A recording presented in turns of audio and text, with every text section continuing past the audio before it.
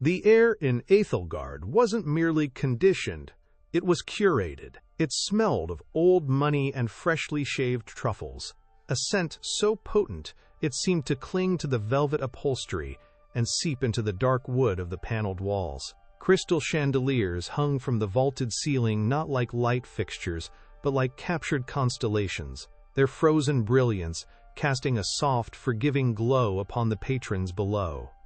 The sound of the room was a carefully composed symphony of hushed whispers, the delicate clinking of silver cutlery against fine porcelain, and the near-silent footsteps of the staff who moved with the choreographed precision of ballet dancers. This was not a restaurant.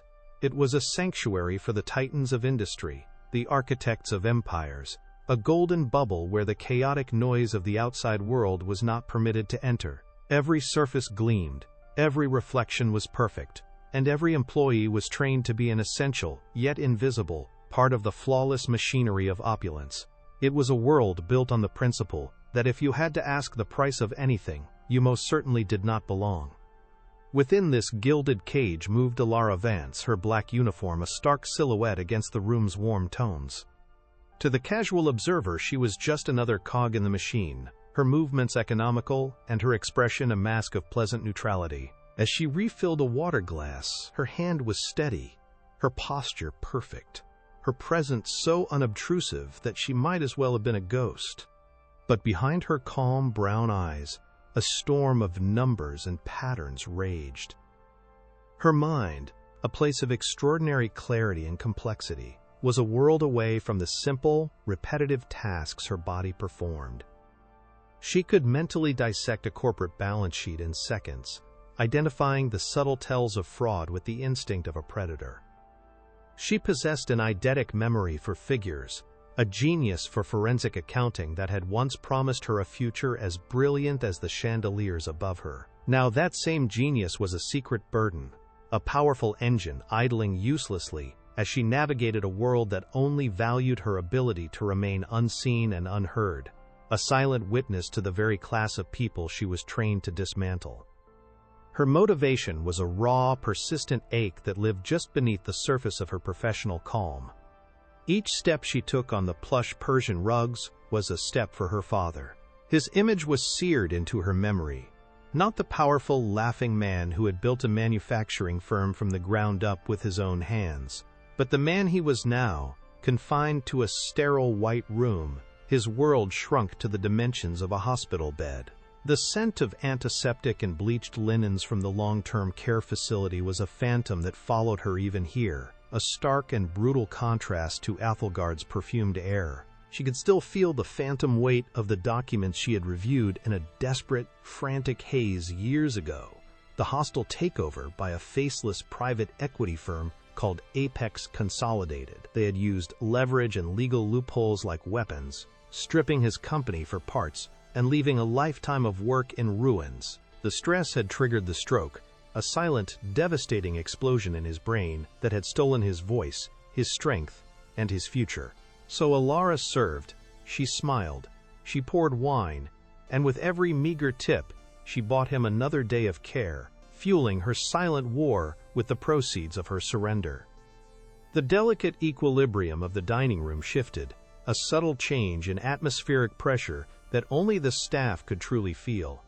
A new presence had arrived, a center of gravity so dense it pulled the attention of the room towards the entrance. It was a power that demanded acknowledgement, and Alara knew, even before she looked up, who it was. The stage is set for a confrontation that will change everything.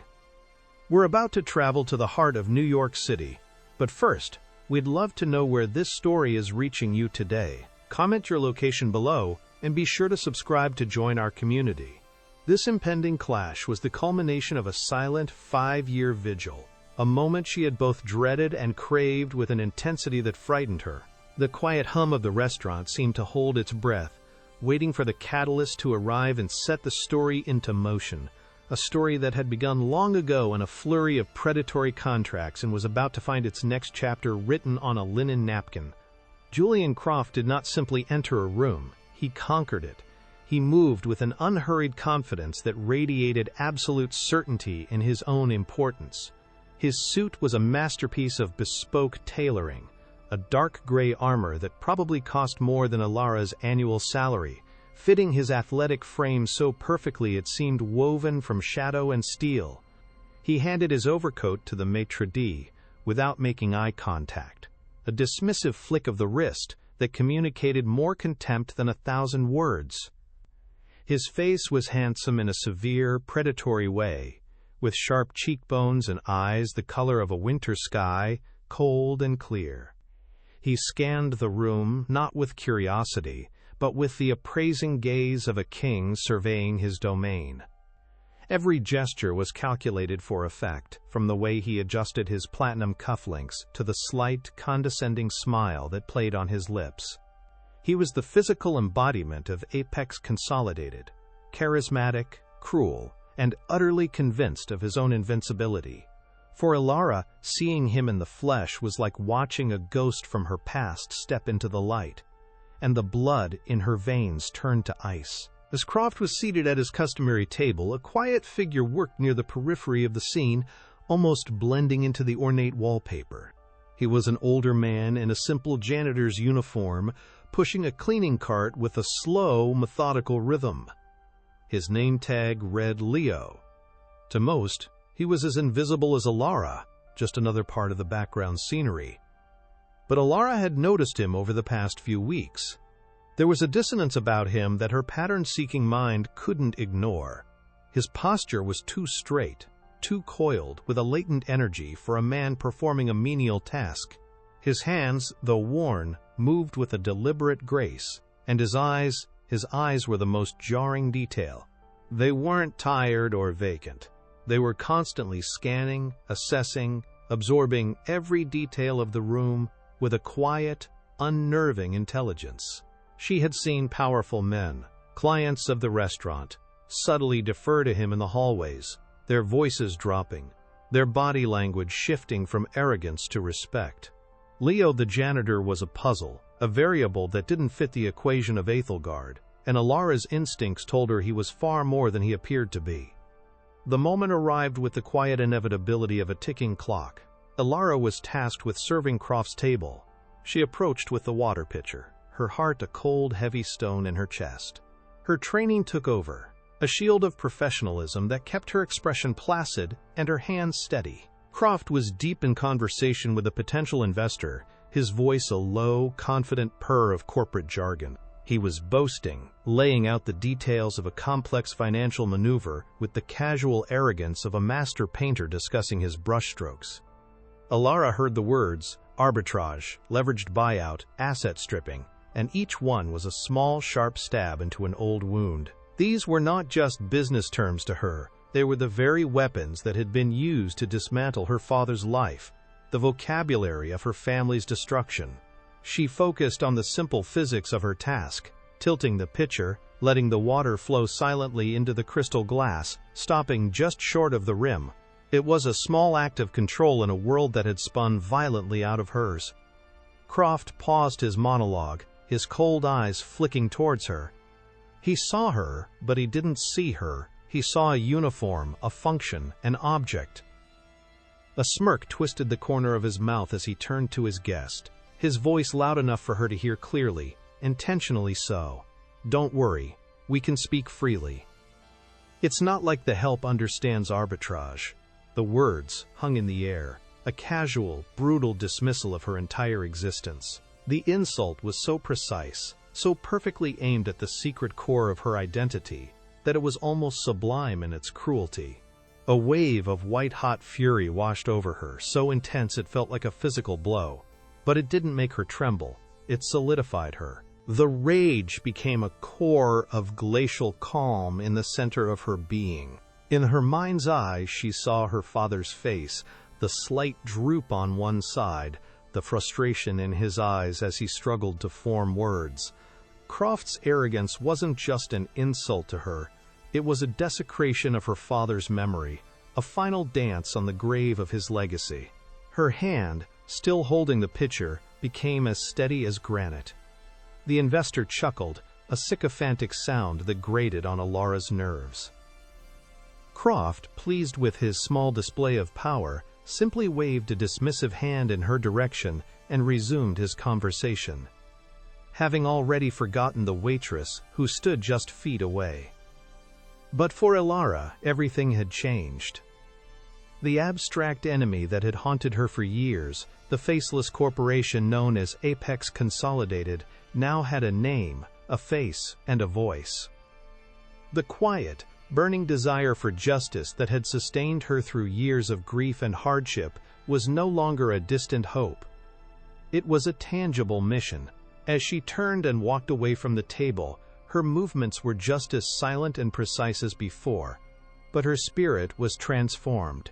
The invisible waitress was gone, and in her place stood a forensic accountant with a target. The fight for her father's honor had just begun, and Julian Croft, in his boundless arrogance, had just handed his executioner the one thing she needed most, a face to attach to the crime. She moved away from the table, a ghost in a black uniform, her departure as unnoticed as her arrival. But within the silent fortress of her mind, a tectonic shift had occurred. The years of suppressed grief, of quiet, simmering rage, had not boiled over into a messy, useless explosion. Instead, the intense heat of Croft's casual cruelty had forged her anger into something new, a diamond-hard point of crystalline focus. Her heart, which had been a leaden weight in her chest moments before, now beat with a slow, powerful, and deliberate rhythm, each pulse a drumbeat marking the start of a war. She was no longer just a survivor enduring her circumstances. She was an instrument of justice, finally calibrated and aimed at its target. The opulent room, with its golden light and hushed conversations, faded into a mere backdrop. The only thing real, the only thing that mattered, was the mission that had just been irrevocably activated within her soul. The waitress was a shell, a necessary camouflage, but the forensic accountant, the avenger of her father's stolen life, was now fully awake.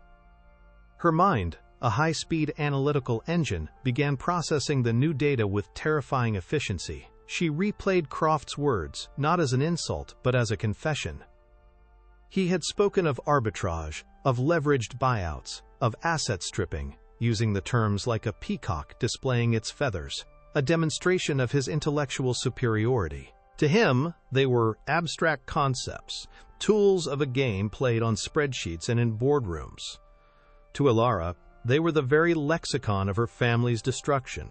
She could see the words as they had appeared on the legal documents that had crossed her father's desk years ago. The dense, impenetrable paragraphs of legalese that were, in reality, carefully crafted weapons of financial annihilation. Croft hadn't just insulted a waitress. He had unknowingly confessed his methodology to the one person on the planet who could translate his arrogant jargon into a narrative of criminal greed. The air in the restaurant still smelled of truffles and old money, but for Ilara, it was now thick with the scent of opportunity. As she moved through the dining room, her path guided by professional instinct, her senses were heightened to a razor's edge. She was aware of everything. The subtle shift in a patron's posture indicating they might need their check, the low level of wine in a glass across the room, the faint, almost imperceptible tremor of anxiety in the maitre d's smile. These were the skills of a good waitress, the observational data points she collected and acted upon without conscious thought. But now she was applying that same acute awareness to a different kind of analysis. She was scanning the room not for service cues, but for assets, for threats, for variables, in a new and far more dangerous equation. Her gaze swept past the tables of oblivious power brokers and their pampered guests, her mind cataloging every detail, every whispered conversation, every furtive glance. She was a predator in a target-rich environment, and her prey had just revealed himself in the most foolish way imaginable. Her eyes finally settled on the quiet figure by the far wall, the man in the simple janitor's uniform, Leo. In the past, he had been a mild curiosity, a human anomaly. Her pattern-seeking brain had flagged but not yet solved. Now, in the stark, clarifying light of her newfound purpose, she saw him differently. She saw the coiled strength in his seemingly relaxed posture, the the way his shoulders, even when stooped over his cart, held a latent power. She saw the sharp, unblinking intelligence in his eyes as they continuously swept the room, not with the bored gaze of a cleaner, but with the focused assessment of a sentinel. He wasn't just observing, he was monitoring.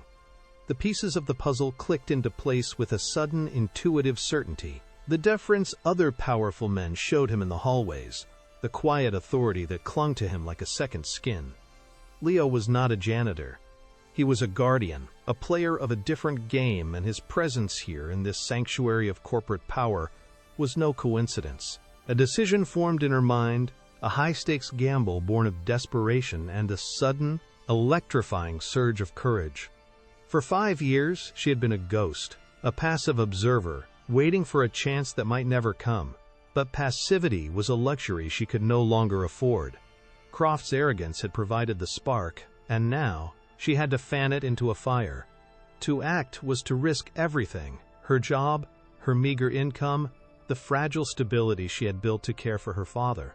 But not to act was a betrayal of his memory, a surrender to the very forces that had crushed him. The image of his face, etched with the silent frustration of a brilliant mind trapped in a broken body, flashed in her mind. That image was her strength, the bedrock of her resolve.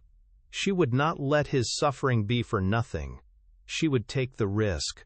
She would use the only weapon she had, her knowledge.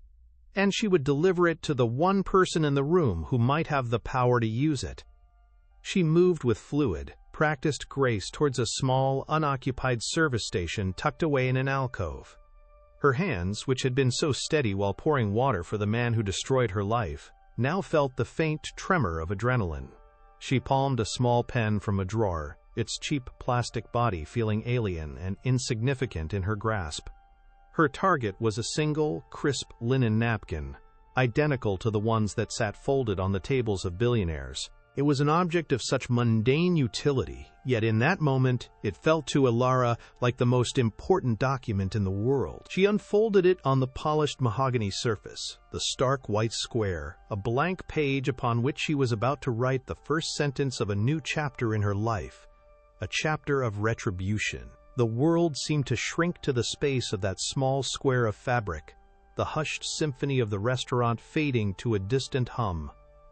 With a hand that was now as steady as a surgeon's, she wrote. The pen moved across the textured surface of the linen, the black ink bleeding slightly into the fibers, creating 2 words that were both a name and a death sentence. Julian Croft. It was not an accusation, it was a statement of fact, a piece of intelligence delivered from one hidden world to another. She looked at the name, the clean, simple letters that represented such a vast and complex network of pain and corruption. For years, that name had been a phantom, an abstract entity on a corporate letterhead. Now it was a tangible target, and she had just marked it for demolition. She refolded the napkin with a precision that was almost reverent, transforming it back into an innocuous square, a secret message hidden in plain sight. Her heart was a cold, hard knot in her chest, a fusion of terror and exhilaration. There was no turning back. The next phase required a performance of absolute normalcy. She placed the folded napkin on her service tray, partially concealing it beneath a water pitcher. She then began to move through the room, her steps measured and unhurried, her expression once again a mask of professional neutrality. She was a waitress, clearing a table, an invisible functionary going about her duties. She charted a course that would take her past Leo's cleaning cart, a path that would seem natural and unremarkable to any casual observer. Every instinct screamed at her to hurry, to get it over with, but she forced herself to maintain the slow, deliberate pace of her role. She could feel Croft's eyes on the room, his arrogant gaze sweeping over the staff as if they were furniture. She refused to look in his direction, focusing instead on the quiet man with the broom, the unlikely king disguised as a pawn. As she drew near, the world seemed to slow down. She could hear the soft bristle of Leo's broom against the polished floor, the quiet squeak of his cart's wheels. He did not look up, but she knew he was aware of her, his peripheral senses as sharp as her own. Their paths would intersect for only a fraction of a second. Timing was everything. As she passed the cart, her hand moved in a swift, fluid motion, a gesture so subtle it was barely a flicker. The napkin left her tray, a white dove falling from her hand, and landed silently in the open top of his cleaning supplies bin, nestled between a spray bottle and a stack of clean rags. It was done. For a brief, charged instant, her eyes met his. In his gaze, she saw not the weary resignation of a janitor, but a flash of something sharp and assessing, a flicker of surprise followed by a deep, unnerving current of understanding. He gave a barely perceptible nod, a gesture so minute it could have been her imagination. She continued on her way, her body moving on autopilot as her mind reeled. The adrenaline was a wild, metallic taste in her mouth. She had crossed a line, a point of no return. She had passed a secret from one shadow to another, setting in motion a chain of events she could not possibly predict or control.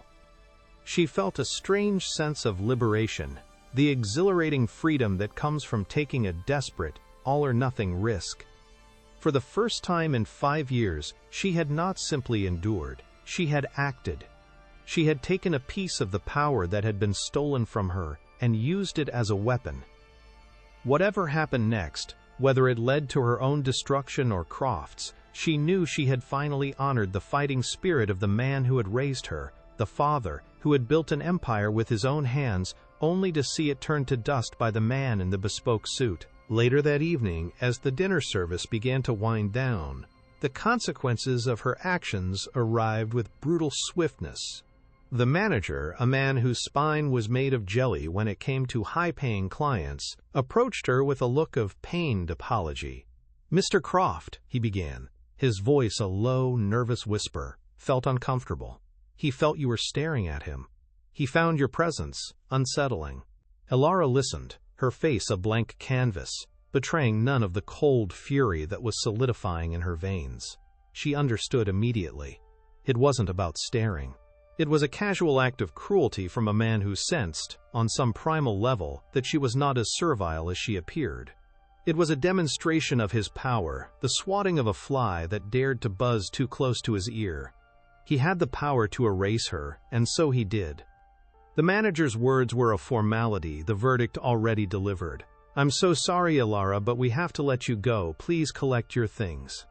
The words were clinical, detached. The final blow delivered not with a bang but with a quiet, bureaucratic whisper. She was escorted to the staff locker room, the walk of shame past her colleagues, their faces a mixture of pity and fear. They knew the unwritten rule of Aethelgard. The customer is not just right, the customer is God. And Julian Croft was the most powerful deity in their pantheon. She gathered her few belongings, the worn-out shoes that had carried her through countless miles of service, a faded photograph of her father in his prime, smiling in front of his factory. The loss of the job was a terrifying blow. The medical bills were a relentless tide, and she had just lost her only lifeboat. As she stepped out of the gilded cage of Aethelgard and into the cold, unforgiving night air of New York City, a wave of despair washed over her, so potent it almost buckled her knees.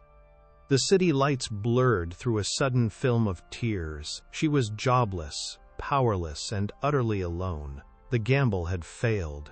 She had passed the message, but in return, she had been cast out, her small, fragile world shattered by the whim of a petty tyrant.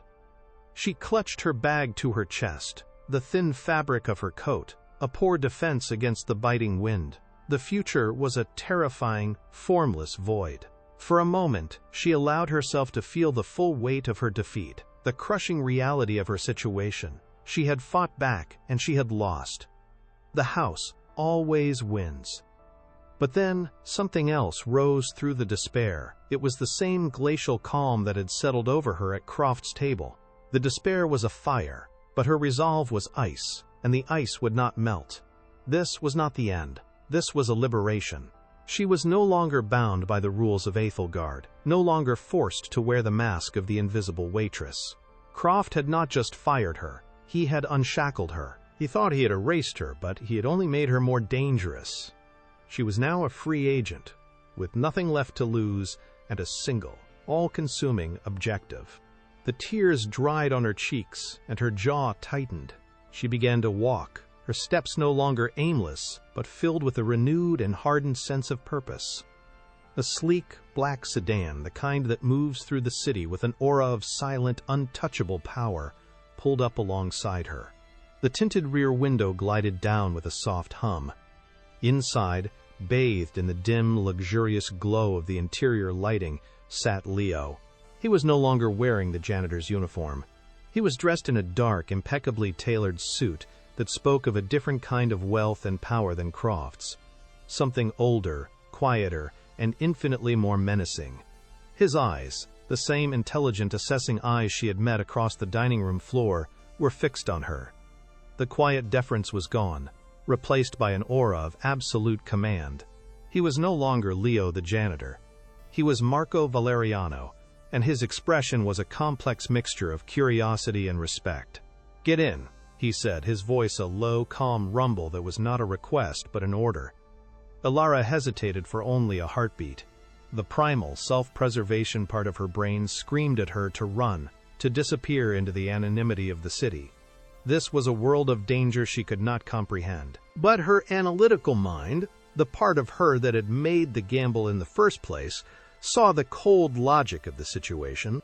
This was the consequence she had set in motion, the next move in the game she had started. Running was no longer an option.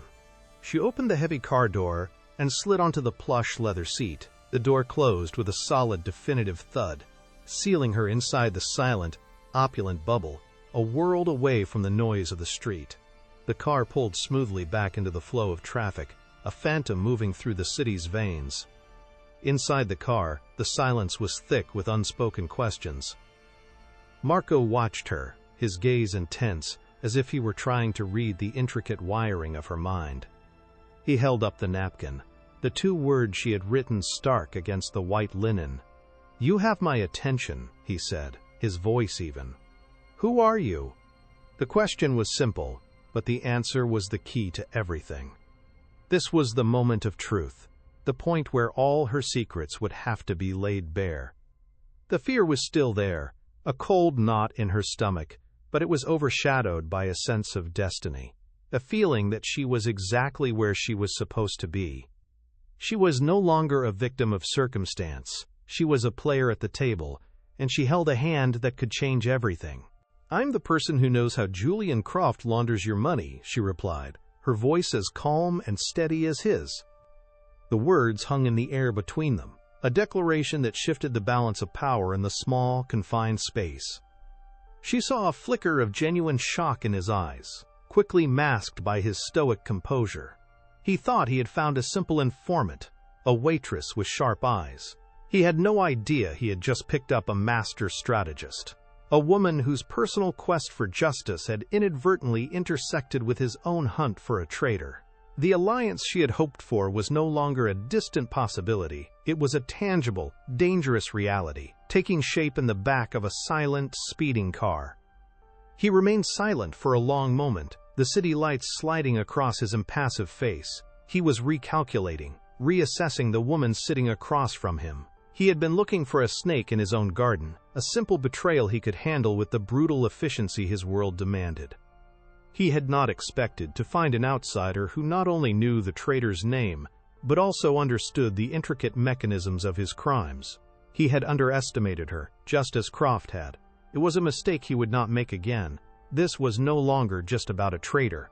This was about something much bigger, something that required a different kind of weapon, a different kind of mind. Alara took a deep breath, the cold air of the car's climate control filling her lungs.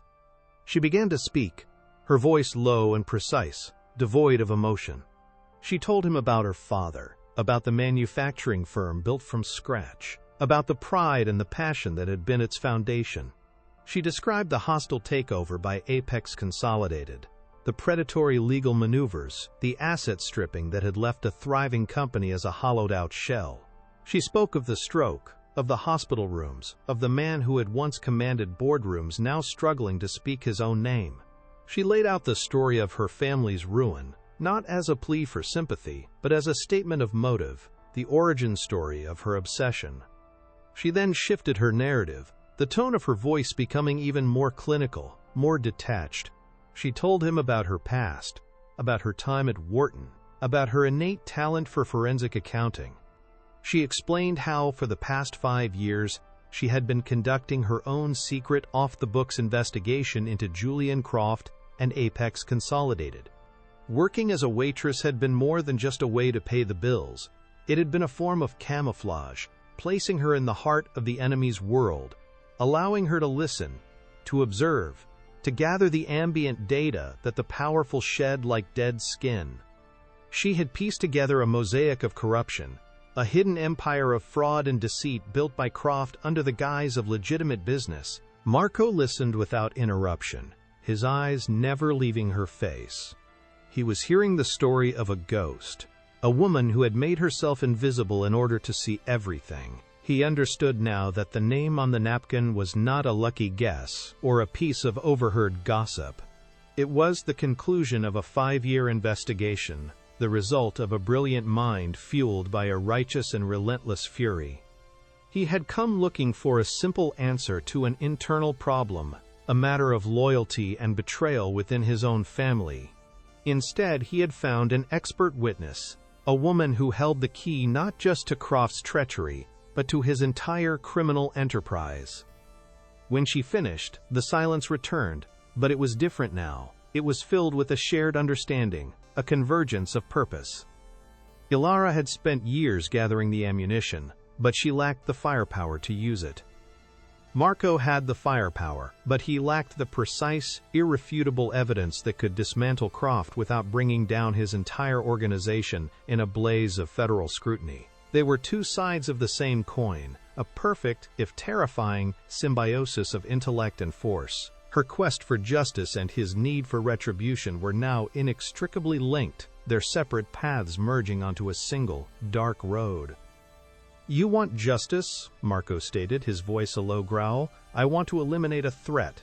These two things are not mutually exclusive." He extended a hand, not for a handshake, but as a gesture of alliance, a formal acknowledgement of their new partnership. Ilara looked at his hand, the hand of a man who commanded a world of violence and fear, a world she had never imagined she would touch. But in his eyes she saw not a monster, but a pragmatist, a man with his own code of honor, however brutal it might be. She saw a tool, a weapon that she could aim with the precision of her own intellect. She met his gaze, her own eyes clear and unwavering. "I don't want him hurt," she said, her voice firm. "I want him ruined. I want his name to be a synonym for fraud. I want the world he built to crumble into dust, just like he did to my father's. I will give you the proof you need to expose him, not just as a traitor to your family, but as a predator in the world of business. I will give you the numbers, the data, the irrefutable evidence. In return, you will give me access. You will give me the resources to present that evidence on a stage he cannot escape." A slow, cold smile touched Marco's lips for the first time. It was not a smile of warmth, but of appreciation, the smile of a master recognizing the skill of another. He understood her terms perfectly. She wasn't asking for crude violence. She was asking for a platform. She wanted to destroy Croft using his own weapons, data, finance, and public humiliation. It was a more elegant, more complete, and far more satisfying form of revenge than a simple bullet. He nodded, a single, decisive gesture that sealed their pact. "You have a deal, Ms. Vance," he said. "Welcome to the war." The car sped on through the night, carrying its unlikely new alliance towards a confrontation that would shake the foundations of both the corporate world and the underworld.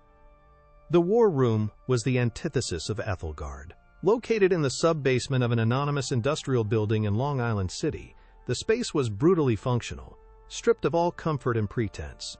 The air, far from being curated, smelled of ozone from humming server racks and the faint, metallic scent of old concrete. There were no crystal chandeliers here, only harsh, white fluorescent tubes that cast no flattering shadows, revealing every crack in the floor and every line of fatigue on a person's face. A massive, cold-rolled steel table dominated the center of the room, surrounded by ergonomic but unforgiving chairs. The walls were lined with a chaotic yet organized array of monitors, displaying everything from financial data streams to live security camera feeds from across the city. This was Marco Valeriano's true throne room, a place of pure information and power, where empires were managed not with whispered pleasantries over fine wine, but with the cold, hard logic of data and the implicit threat of force. It was a world Ilara had only read about in case studies on organized crime, and now she was standing in its nerve center, the unlikely queen to Marco's grim king. Marco moved through the space with a proprietary ease that was startling to witness. The quiet, stooped janitor was gone, replaced by a man who radiated an aura of absolute authority. His voice, when he gave orders to the silent, efficient men who operated the terminals, was low and clipped, each word a command that was obeyed without question. He was a creature of this environment, as much a part of the cold, functional machinery as the servers that hummed along the walls. He turned his full attention to Ilara, his gaze stripping away her waitress uniform and seeing the core of her, the analytical engine he had gambled on. There was no pretense between them now, only a raw, transactional understanding. He needed her mind, and she needed his resources.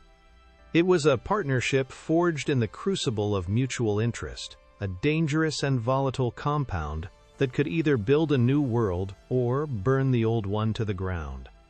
He gestured to a chair at the head of the steel table, a silent acknowledgement that in this room her intellect was the most valuable asset. Ilara sat, the cold of the steel seeping through her thin uniform. A part of her was terrified, a small, rational voice screaming that she had stepped into a world from which there was no escape. She was surrounded by men who operated outside the law, men for whom violence was a tool of the trade.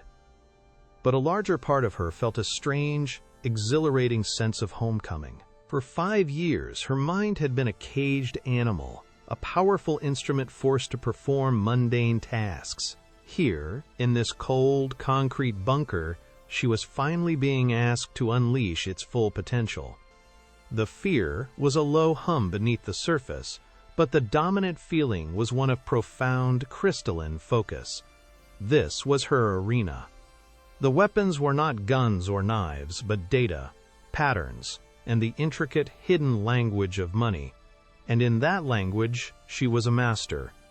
She looked at the blank, dark screens in front of her, and she saw not a void, but a canvas waiting for her to paint a masterpiece of destruction.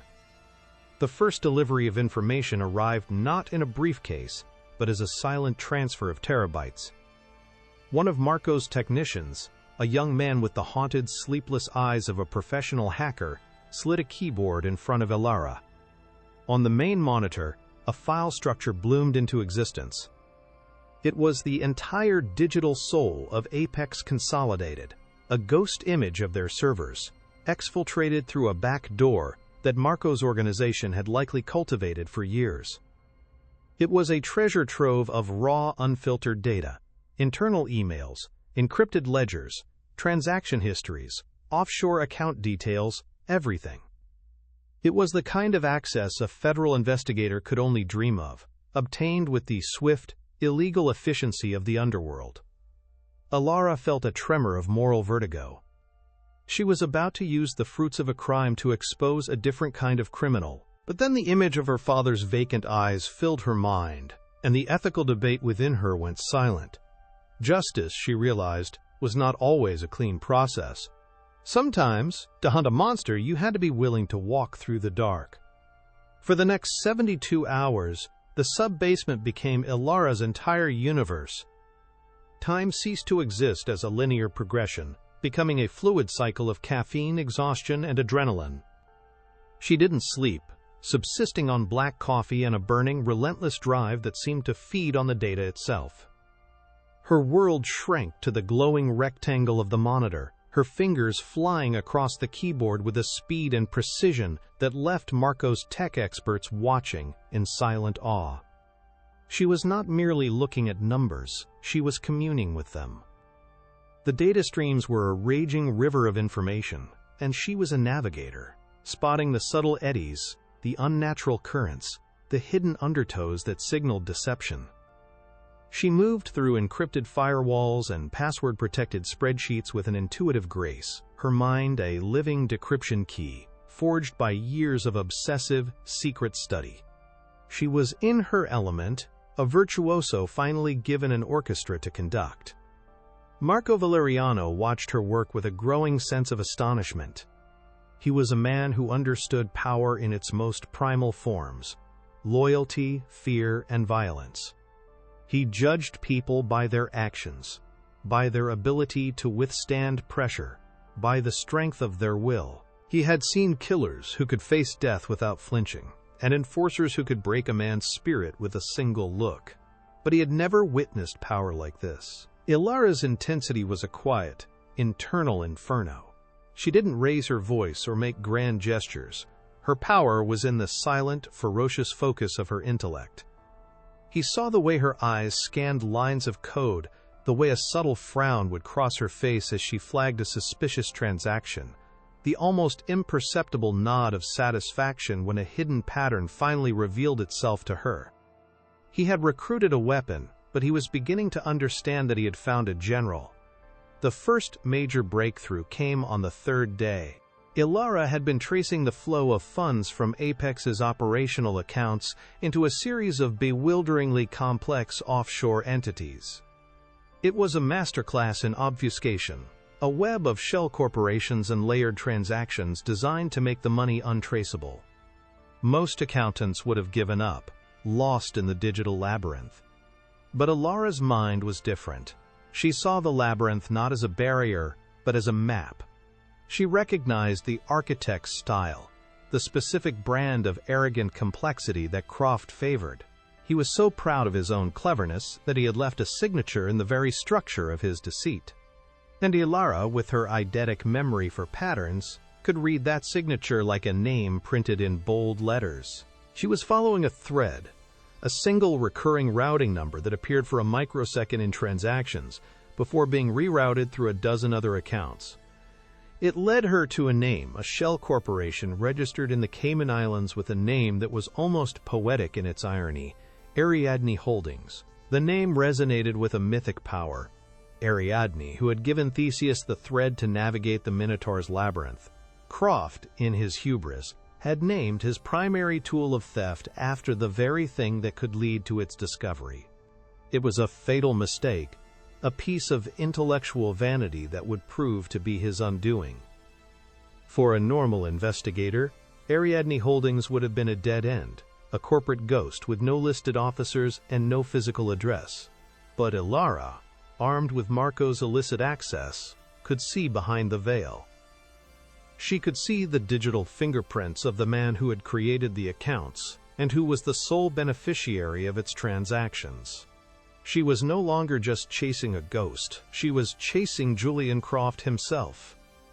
She began to cross-reference the transaction dates from Ariadne Holdings with a timeline she had built in her mind, a 5-year calendar of her family's pain.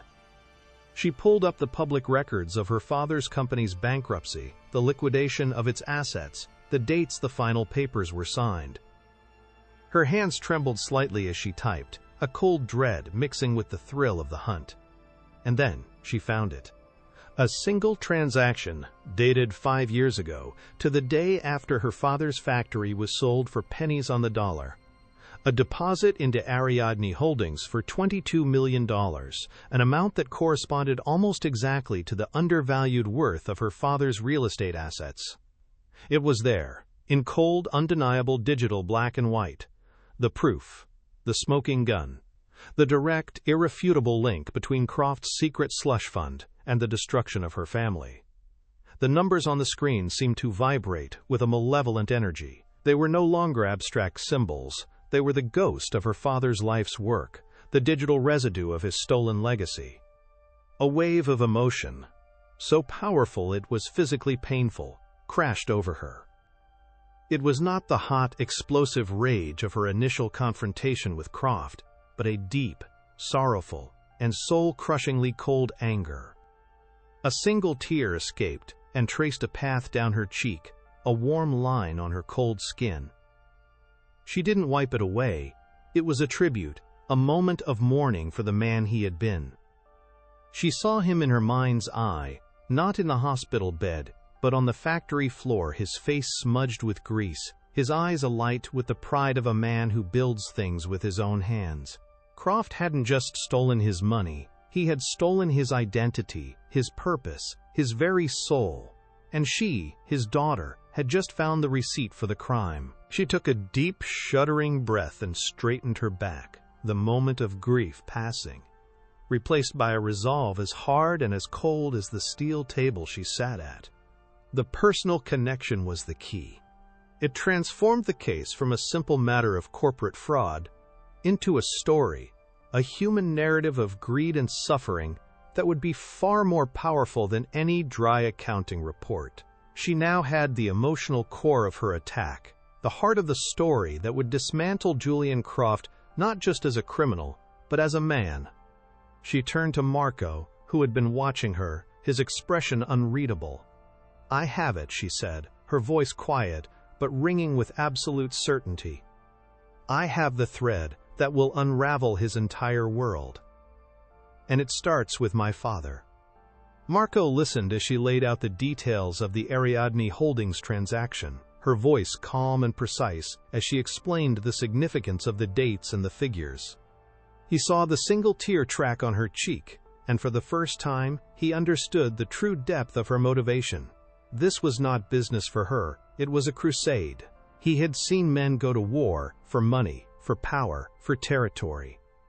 But he knew that nothing was as dangerous as a person fighting for the memory of someone they loved. Her personal stake in this fight made her more reliable, more relentless, and infinitely more dangerous than any hired gun or paid informant. He had found his perfect weapon, and her name was Alara Vance.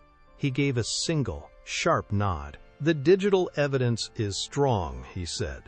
"But a jury, or the public, can be swayed. We need something physical, something he can't dismiss as a digital fabrication.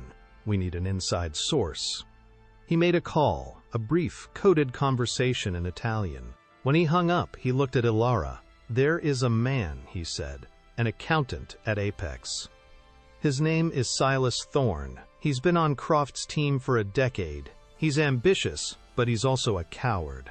Croft has passed him over for promotion one too many times. He feels betrayed. For the right price and with the right pressure, a coward's loyalty is for sale. He is our key to the physical evidence, the paper trail that will corroborate your digital findings." This was the next phase of the operation, moving from the sterile, predictable world of data into the messy, unpredictable world of human weakness. Alara's heart hammered against her ribs. This was real. This was dangerous. They were no longer just analyzing the past. They were actively manipulating the present to shape the future. The meeting with Silas Thorne was arranged for the following night, in the cavernous, echoing halls of the New York Public Library after closing. The location was Marco's choice, a place of public grandeur that was utterly deserted, its silence amplifying the tension of their clandestine purpose.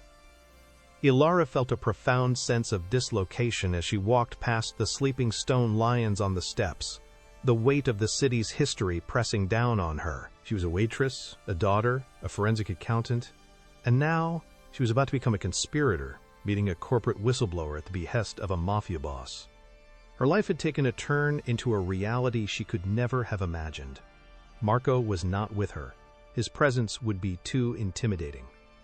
Instead, one of his men, a silent shadow in a dark coat, lingered 100 feet away, an invisible net of security. Ilara was the one who had to make the connection, to build the bridge of trust with the disgruntled accountant. Silas Thorne was exactly as Marco had described him, a man drowning in a sea of his own resentment. He was pale and nervous, his eyes darting around the empty marble hall as if he expected federal agents to rappel down from the ornate ceiling at any moment. He clutched a worn leather briefcase to his chest like a shield, Elara approached him not with intimidation, but with empathy. She didn't talk about Marco or the underworld. She spoke to him in their shared language, the language of accounting. She showed him a printout of the Ariadne Holdings ledger on a tablet, her finger tracing the impossible-to-explain transactions.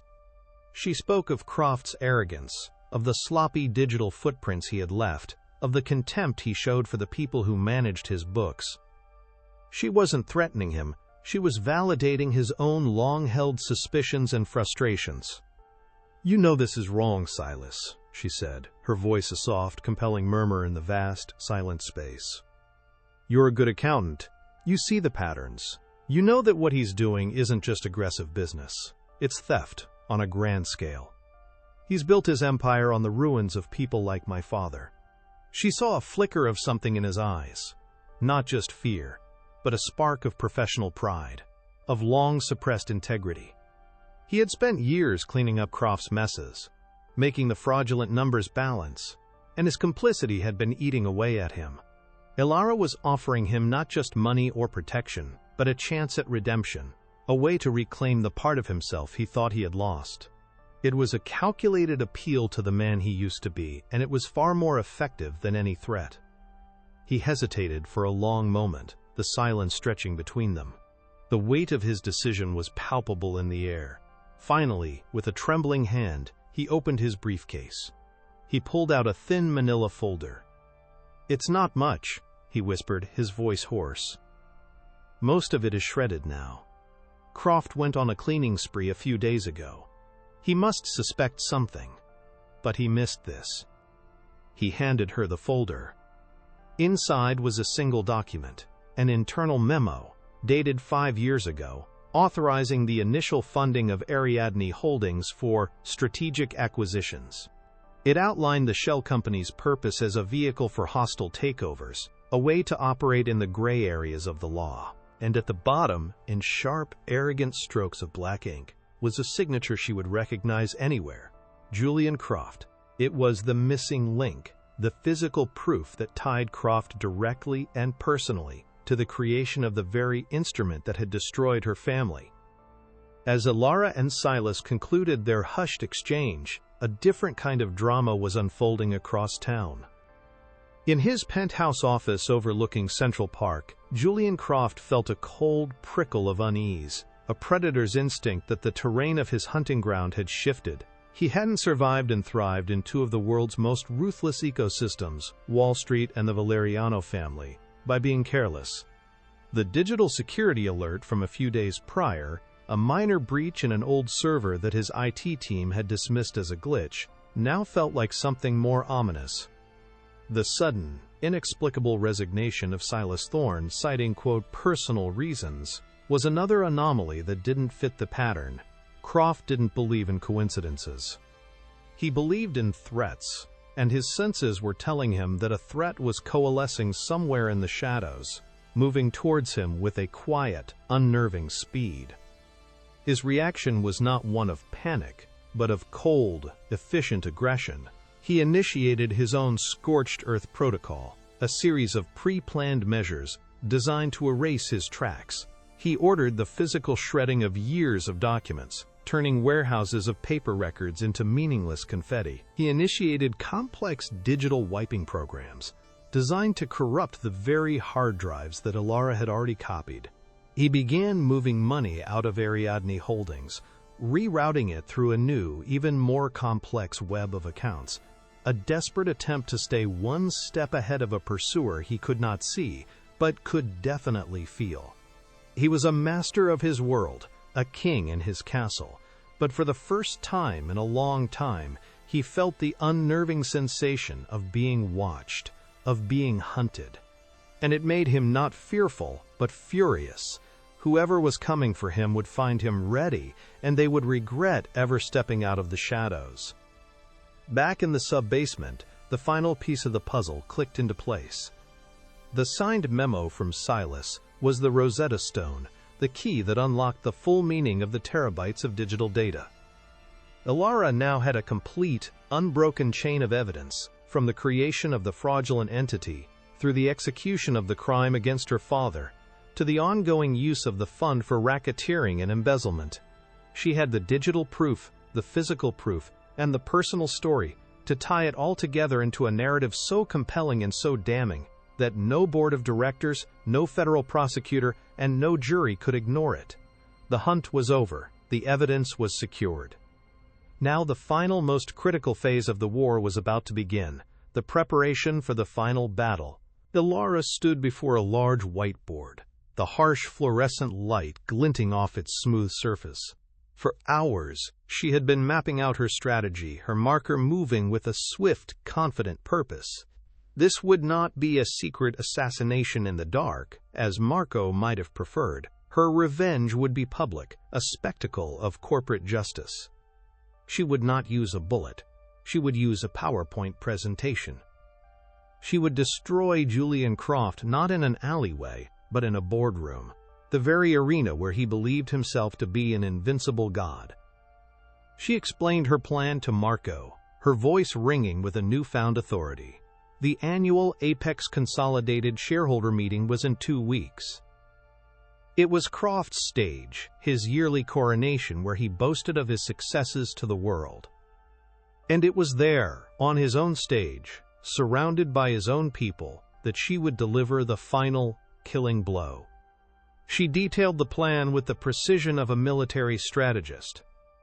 Marco's organization would discreetly buy a significant block of Apex stock on the open market, enough to grant them a proxy vote. That vote would be assigned to her. She would walk into that meeting not as a waitress, not as a victim, but as a legitimate shareholder with a right to speak. She would not need to scream or make wild accusations. She would simply present the data, the cold, hard, irrefutable numbers of his crimes, laid out in a series of slides that would be as elegant and as brutal as a mathematical proof. She would use the language of his world, EBITDA, leveraged assets, fiduciary duty, to condemn him, translating his complex web of fraud into a simple, devastating story of greed. She would dismantle his reputation, his career, and his freedom, one slide at a time. Marco listened, his initial skepticism giving way to a grudging, profound admiration. It was a plan of audacious brilliance, a form of warfare he had never considered. It was bloodless, yet utterly savage. It would not just eliminate Croft as a threat to his family, it would erase him from the world of power, turning his name into a cautionary tale, a synonym for disgrace. It was a more complete and humiliating destruction than any physical violence could ever achieve. He looked at the woman before him, no longer just a brilliant analyst but a warrior queen preparing for her coronation. Her grief had been forged into a weapon of terrifying precision. He gave her a slow, appreciative nod, the final seal of approval. The date of the shareholder meeting was circled on the whiteboard in a ring of blood-red ink. The stage was set. The script was written. And the final act of Julian Croft's tragedy was about to begin. The day of the Apex Consolidated shareholder meeting arrived with the kind of crisp, autumnal clarity that made the glass and steel canyons of Manhattan seem to glitter with promise. The event was held in the grand ballroom of the Pierre, a space so steeped in old-world opulence that it made Ethelgard look like a provincial bistro. The air was thick with the scent of expensive floral arrangements, freshly brewed coffee, and the almost electric hum of billions of dollars of capital congregating in one room. A sea of dark, conservative suits filled the plush chairs, a veritable army of investors, analysts, and board members, all there to witness the annual coronation of their king. Ilara Vance moved through this environment not as a servant, but as a shareholder. Her attire was a simple, impeccably tailored charcoal suit, a stark and powerful statement of professionalism. It was armor, and beneath it her heart did not hammer with fear, but beat with the slow, rhythmic, and powerful cadence of a war drum. She found her assigned seat, her movements deliberate and calm, an island of profound stillness in an ocean of restless ambition. This was the final arena, a battlefield of her own choosing, and she was ready. On the brightly lit stage, Julian Croft was in his element, a master predator commanding his domain. He paced the stage with a wireless microphone, his movements exuding a practiced, charismatic confidence that held the room in a state of rapt adoration. His suit was a midnight blue, so dark it was almost black, and it fit him like a second skin. He spoke of record profits, of strategic growth, of a future so bright it was almost blinding. His voice was a smooth, resonant baritone, each word polished and perfectly placed to inspire confidence and awe. He was a god of capital, and this was his temple. As he spoke, his gaze swept across the audience, a king surveying his loyal subjects. His eyes passed over Alara, a brief, dismissive flicker that registered her presence but not her identity. To him, she was just another face in the crowd, a nameless, faceless shareholder, utterly insignificant. He could not see the ghost of the waitress he had so casually dismissed, nor could he sense the presence of the executioner who had come to collect a debt 5 years in the making. His arrogance, the very flaw that had set this all in motion, was now the blindfold that would prevent him from seeing the guillotine as it began its slow, silent descent. When his triumphant speech concluded to a wave of thunderous applause, the floor was open for the customary question-and-answer session. Hands shot up across the room, eager analysts hoping to catch a pearl of wisdom from the master. A microphone was passed from person to person, and Croft answered their questions with a mixture of charm and condescending wit, effortlessly batting away any inquiries that came too close to substance. Then, Alara stood. A hush fell over her section as a staff member brought a standing microphone to her. She did not look nervous. Her posture was straight, her gaze locked directly on Croft. He smiled, a patronizing, indulgent expression, preparing himself for what he assumed would be a fawning question from a minor investor. "My name is Alara Vance," she said, her voice clear, calm, and carrying through the vast ballroom without a single tremor. It was the voice of a forensic accountant, not a waitress, a voice of pure, unassailable authority. "I am here representing a proxy vote for Valeriano Investments. I do not have a question, Mr. Croft. I have a presentation for the board and for our fellow shareholders regarding a pattern of systemic fiduciary malfeasance centered on an unaudited offshore entity named Ariadne Holdings." The name Ariadne Holdings struck the air with the force of a physical blow. For 99% of the room it was meaningless. But for Julian Croft, it was the sound of a key turning in the lock of his own tomb. The charismatic smile on his face did not fall. It froze, a grotesque mask of confidence that could no longer hide the sudden stark terror that flashed in his eyes. Before he could respond, before he could command security to remove her, the massive screens on either side of the stage, which had been displaying the Apex Consolidated logo, flickered and changed. The first slide appeared, a high-resolution scan of a document. It was Silas Thorne's memo, the one authorizing the creation of the shell company for the express purpose of aggressive strategic acquisitions. And at the bottom, magnified to a size that was impossible to ignore, was his own arrogant, slashing signature. A collective gasp rippled through the ballroom. Alara's voice, now amplified by the room's sound system, was a cold, clinical scalpel. "This memo, dated 10 years ago, marks the genesis of a corporate entity designed with the sole purpose of circumventing regulatory oversight, a personal slush fund for Mr. Croft, built with shareholder capital." The slides advanced with a relentless, damning rhythm. A complex flowchart filled the screens, a digital spiderweb that Alara had painstakingly constructed, tracing the flow of millions of dollars from Apex's legitimate accounts into the black hole of Ariadne Holdings. She spoke the language of his world, her words precise and devastating. She pointed out the patterns of embezzlement, disguised as consulting fees and operational expenses. She detailed the acts of racketeering, showing how Ariadne funds were used to intimidate smaller competitors and manipulate markets. She was not making accusations. She was presenting a mathematical proof of his guilt, each slide another nail in his corporate coffin. The atmosphere in the room had transformed from one of adulation to one of cold, horrified fascination.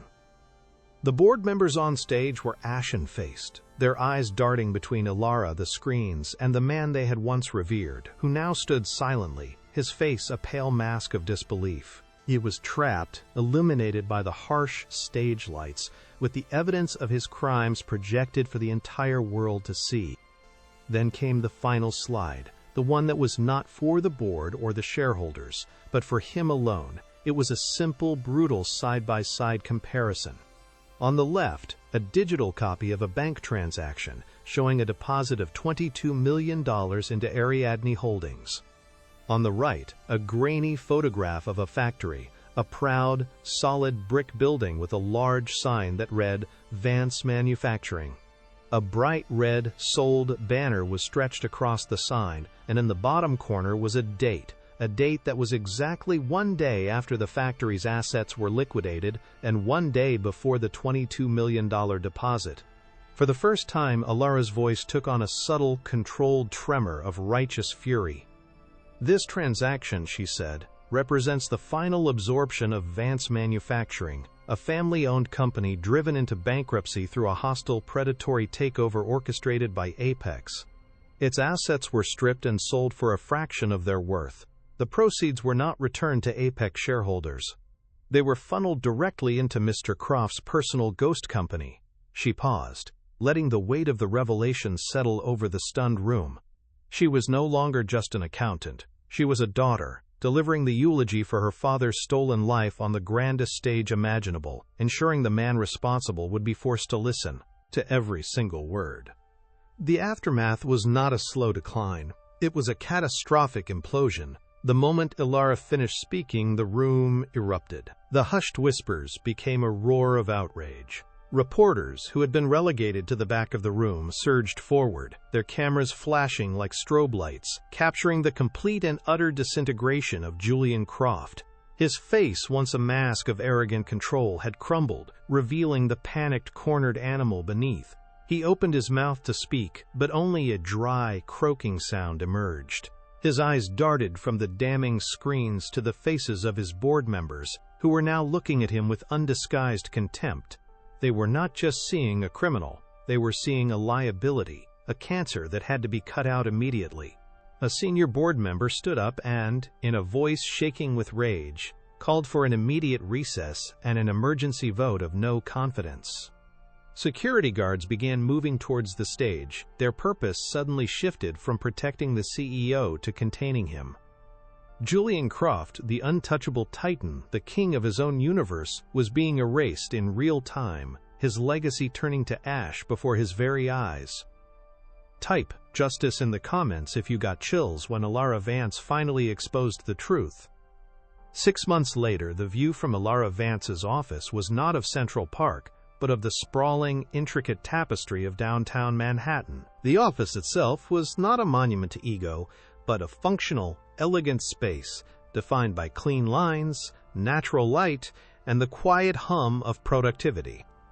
She was the newly appointed head of the Forensic and Strategic Acquisitions Department for Sterling Rhodes, a rival firm that had also been a victim of Croft's predatory tactics. They had witnessed her performance at the shareholder meeting and had recognized her for what she was, a once-in-a-generation talent. Her job was not to destroy, but to build and protect. She vetted potential acquisitions, sniffing out the kind of corruption that Croft had perfected, ensuring the firm's growth was built on a foundation of integrity. She was a gatekeeper, a guardian, using the same skills that had fueled her quest for revenge to now serve a greater good, protecting countless other families from predators like the man who had ruined hers. She had finally reclaimed her destiny, not as a victim but as a powerhouse in her own right. Her phone buzzed, and she answered it with a warm, gentle smile. It was the director of the new long-term care facility, where her father now resided, a state-of-the-art center with the best neurological specialists in the country. The director was calling to tell her that her father, during his physical therapy session that morning, had managed to lift his left hand and give a small, determined thumbs up. It was a victory, a monumental step on a long and arduous road. A single happy tear traced a path down Alara's cheek. The money, the position, the power, they were all just tools. This was the true meaning of her victory. It was the quiet dignity she had restored to her father, the peace of mind knowing he was receiving the best care her hard-earned success could provide. She hung up the phone and looked out the window, at the city that had once seemed so vast and unforgiving. She had faced the monster in its own lair and had won, not by becoming a monster herself, but by wielding the truth as a righteous and unbreakable sword. Her father's legacy was not in the brick and mortar of his old factory, but in the strength and integrity of the daughter he had raised. If Alara Vance's incredible journey from underdog to powerhouse inspired you, show your support by hitting that like button and sharing this story with someone who needs to see it. And for more unforgettable stories of justice and empowerment, don't forget to subscribe and ring the notification bell.